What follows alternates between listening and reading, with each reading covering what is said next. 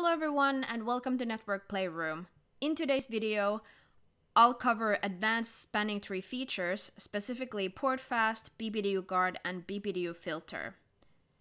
This will be based on a blog post that I wrote about 5 years ago, and it is still published on the VIP Perspectives blog on the Cisco Learning Network. I got the idea to do this video after said blog post resurfaced on Twitter. My friend Daniel Dibb shared it and said he learned something new from it, so I thought I would cover those technologies on here as well.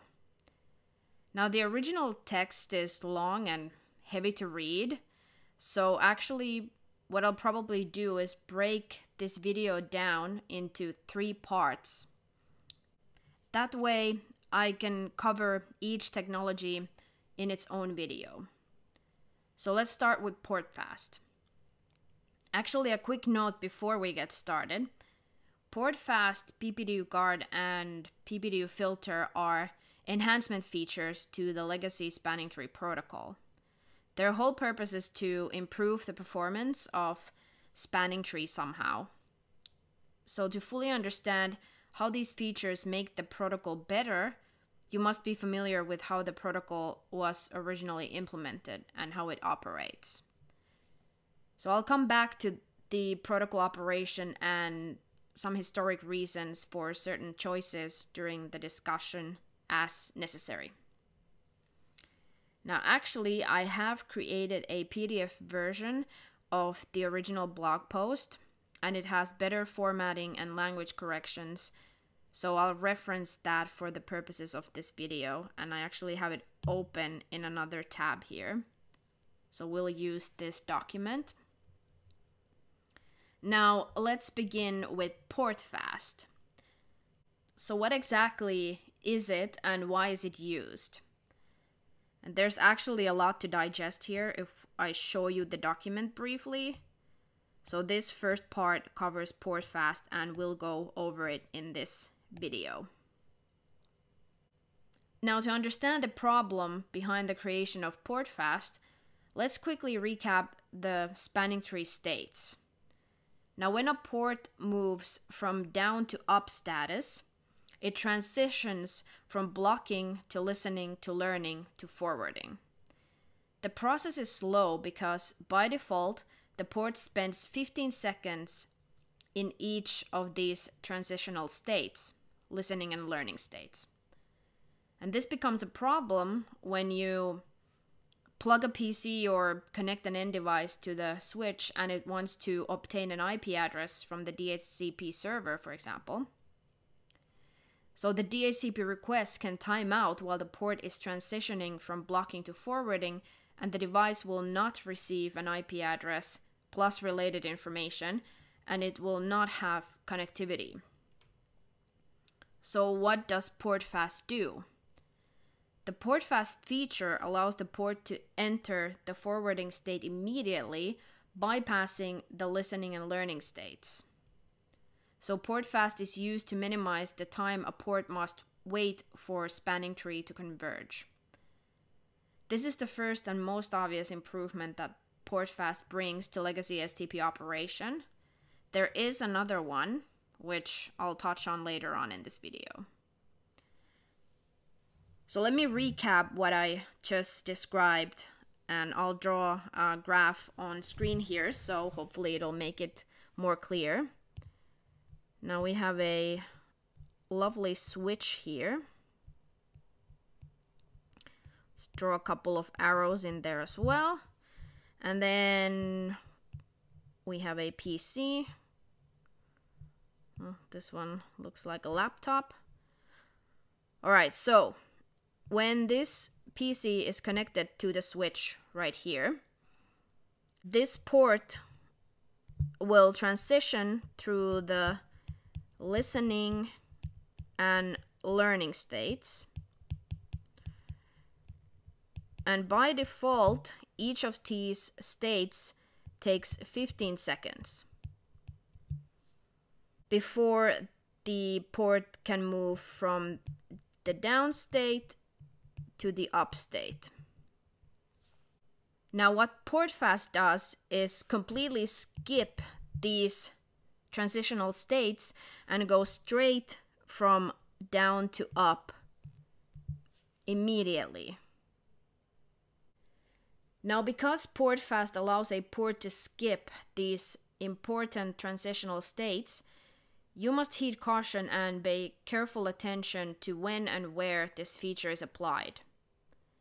PortFast should only be enabled on ports connecting to end devices. If PortFast is enabled on an interface connecting to another switch, it could create a temporary loop. And this is potentially detrimental to the network and could interrupt services. Now, iOS will actually issue a warning about this when PortFast is enabled. Next, there is much misinformation about the operational details of PortFast on the internet. And one of the most common misconceptions is that PortFast effectively disables spanning tree and PPDUs are no longer sent or received on the port. Basically, everything about this statement is wrong. Not only does a PortFast-enabled port transmit PPDUs, but the operational PortFast status is actually dependent on incoming PPDUs. If the port receives PPDUs, the PortFast feature is disabled. Next, it is important to understand the difference between the administrative and operational state of PortFast. The administrative state refers to what is configured on the device, and the operational state defines whether the feature is actually enabled or disabled. So let me write that down here. It is very important to understand the differences between the administrative versus the operational state. We'll look at this more once we investigate the command output. Now, there are basically two ways to enable PortFast, either globally using the spanning tree PortFast default command, or per interface using the spanning tree PortFast command. Now, both commands enable PortFast on operational access ports. So, for example, a port that is administratively configured to negotiate a trunk but fails to do so would operate in access mode. So let me recap the two ways to enable PortFast. So you can use spanning tree, PortFast default. This is the global way to enable PortFast. And this is in exec mode.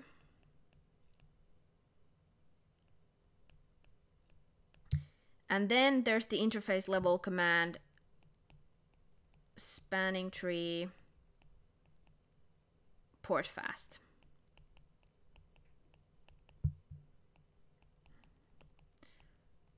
And let me specify that is interface configuration mode. So now let's look at some command output, and hopefully this will all become more clear. I'll reference the blog post here. So let me scroll down a little bit to get the command output ready. Here we go. So in this example, a PC is connected to Ethernet 0/2 interface on switch 1. So let me actually use the drawing right here to demonstrate. So this is Ethernet 0/2 and the switch is S1. Now the port is configured in dynamic desirable mode and PortFast is configured on the interface. This is the administrative state. So if we look at the command output, so there's show run interface Ethernet 0/2 and it shows you that it is configured in the dynamic desirable mode and PortFast is enabled according to the configuration. Again, this is the administrative state.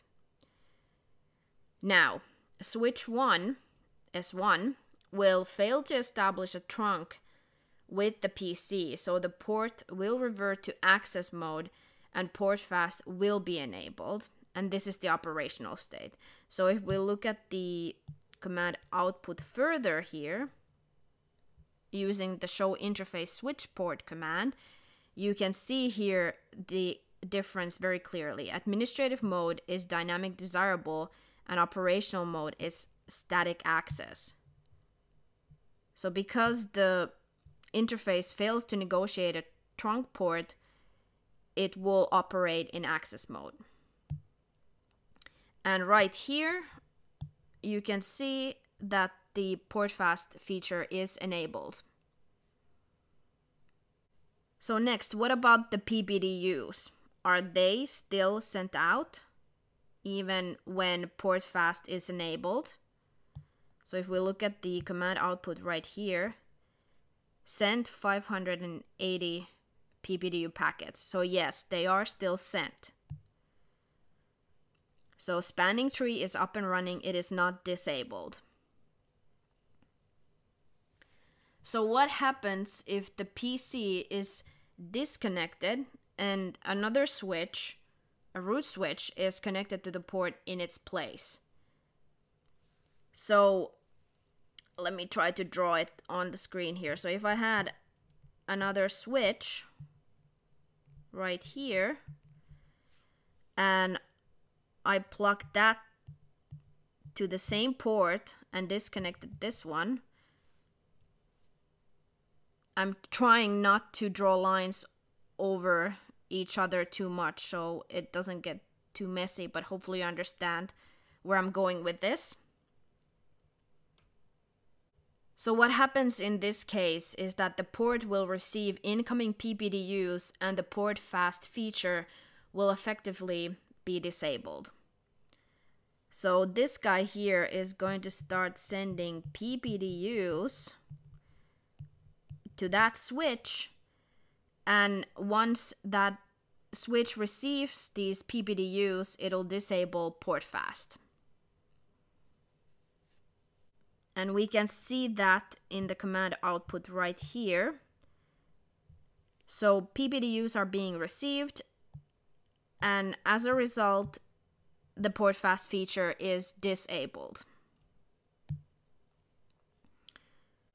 All right, let's scroll down the document a little bit and revert back to the original state. So let me clear out the image a little bit.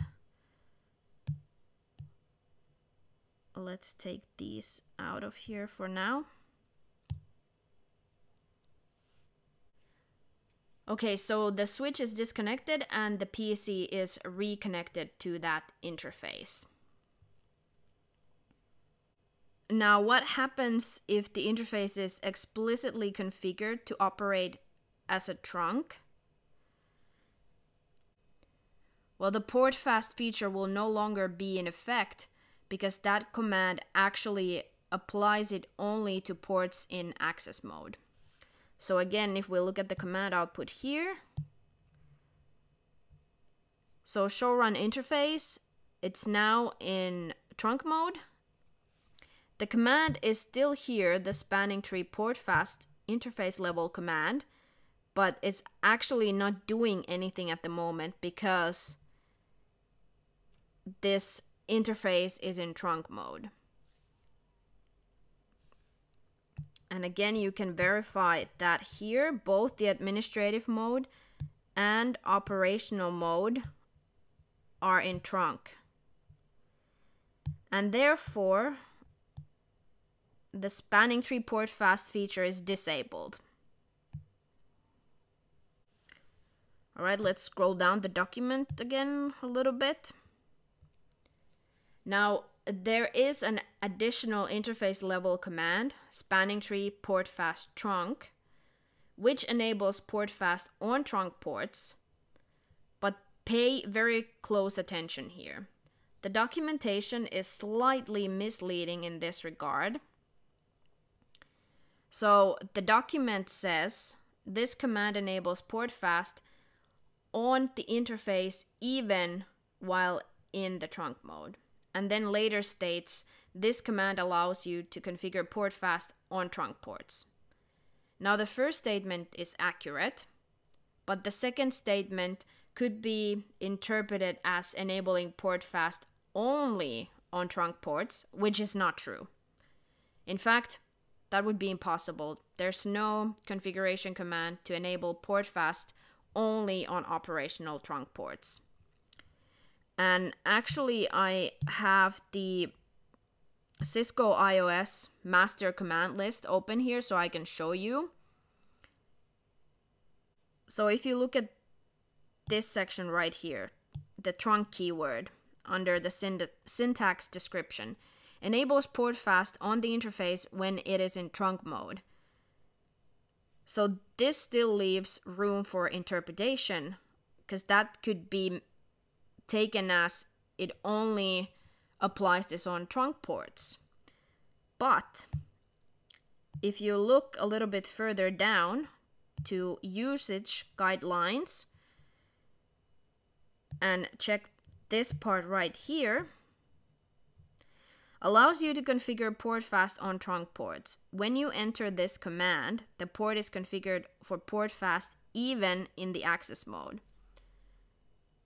So actually, the original quote that I had in my document, it must be from some other Cisco documentation, but that is an actual quote. The wording is slightly different, but the meaning is the same. So let's look at the command output right here. So the interface level PortFast command is changed and the trunk keyword is added at the end. So now what happens is the port is still in trunk mode, but now the PortFast feature is enabled. Now, if the interface is changed to access mode, the PortFast feature will still be enabled. So if we look at here, so show run interface. So the interface has been reconfigured and it's now in access mode, but the PortFast command is still the same, containing the trunk keyword. So now we can verify here that the interface is actually in access mode. And then finally, if we check the status of the PortFast feature, it is enabled. The command output is sliced in two parts here. That's a bit annoying, but you can see that from the show spanning tree interface PortFast command output that it is enabled. Now finally, let me come back to the other benefit of PortFast, which I briefly mentioned earlier. So the switch never generates a topology change notification when the link status of a PortFast-enabled port changes. In very large and flat networks, a point can be reached where the network is basically in a constant state of topology change, causing the switch to recalculate the spanning tree topology constantly. And this can lead to major problems like excessive unicast flooding, which can slow down the network significantly. And that is why it is important to correctly implement PortFast in your network. As a summary, here are the most important takeaways from this video. Number 1, PortFast immediately moves the port into the forwarding state, bypassing listening and learning states. Number 2, enabling PortFast does not disable spanning tree. And number 3, a PortFast-enabled port will continue to transmit BPDUs. Number 4, if a BPDU is received, PortFast is disabled. Then number 5, the switch never generates a topology change notification when a PortFast-enabled port goes up or down. And then number 6, there is a difference between the administrative and operational states. And then number 7, the spanning tree PortFast trunk command enables PortFast on both access and trunk ports. So that concludes this video.